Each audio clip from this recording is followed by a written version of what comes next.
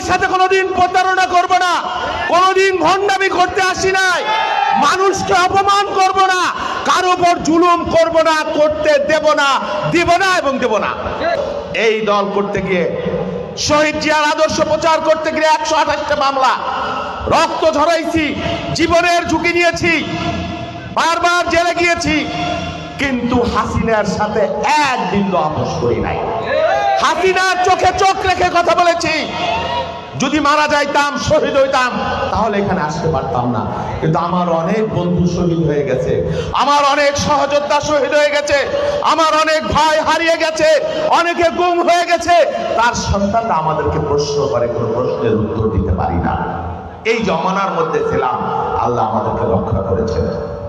প্রিয় বন্ধুরা, সামনে একটা নির্বাচন, যদিও নির্বাচন নিয়ে অনেক ষড়যন্ত্র, বাংলাদেশের গণতন্ত্রের জন্য হাজার হাজার মানুষ জীবন দিল, বাংলাদেশের কল্যাণ রাষ্ট্রের জন্য হাজার হাজার মানুষ জীবন দিল, আইনের শাসনের জন্য, মানবতার জন্য, মানবাধিকারের জন্য।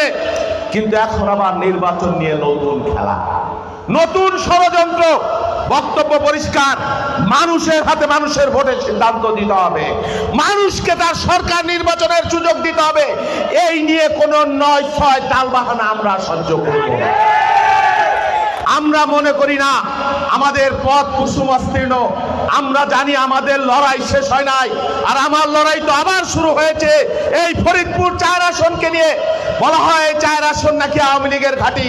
আমার নেতা আমাকে বলেছেন, তিনি আমাকে দোয়া করেছেন, তিনি আমাকে নির্দেশ দিয়েছেন যে ফরিদপুর 4 কিভাবে আওয়ামী লীগের ঘাঁটি হয় আমি জানি না, আমি তোমাকে দায়িত্ব দিলাম, তোমাকে আমি দোয়া করলাম, আমি চাই এই ফরিদপুর 4 আসনকে তুমি বিএনপির ঘাঁটিতে রূপান্তর করো।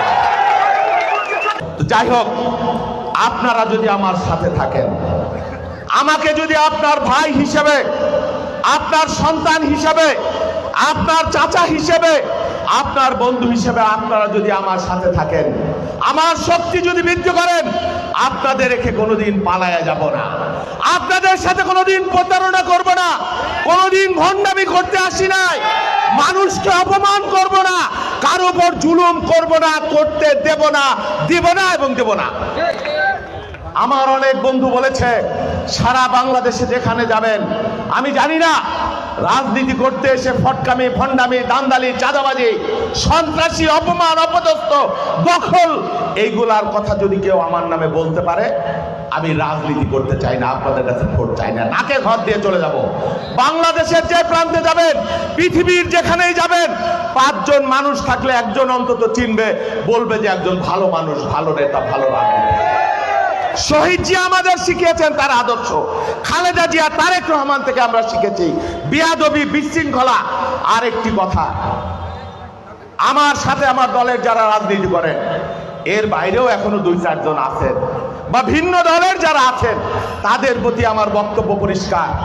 আমার নেতা তারেক রহমান বলেছেন, ভয় দিয়ে না, মানুষের ভালোবাসা দিয়ে জয় করতে হবে, ভোট অর্জন করতে হবে। আমি ওই আদর্শে বিশ্বাস করি। ক্ষমা করা মহৎ গুণ, সবাই ক্ষমা করতে পারে না, ক্ষমা করতে বড় কলিজা লাগে। আমরা আপনাদেরকে বলবো, রাজনীতির কারণে, ধর্মের কারণে, সম্প্রদায়ের কারণে, বা আপনার সাথে মতের মিল যদি নাও হয়, তাদেরকে বলবো তারা আমাদের কাছে নিরাপদ।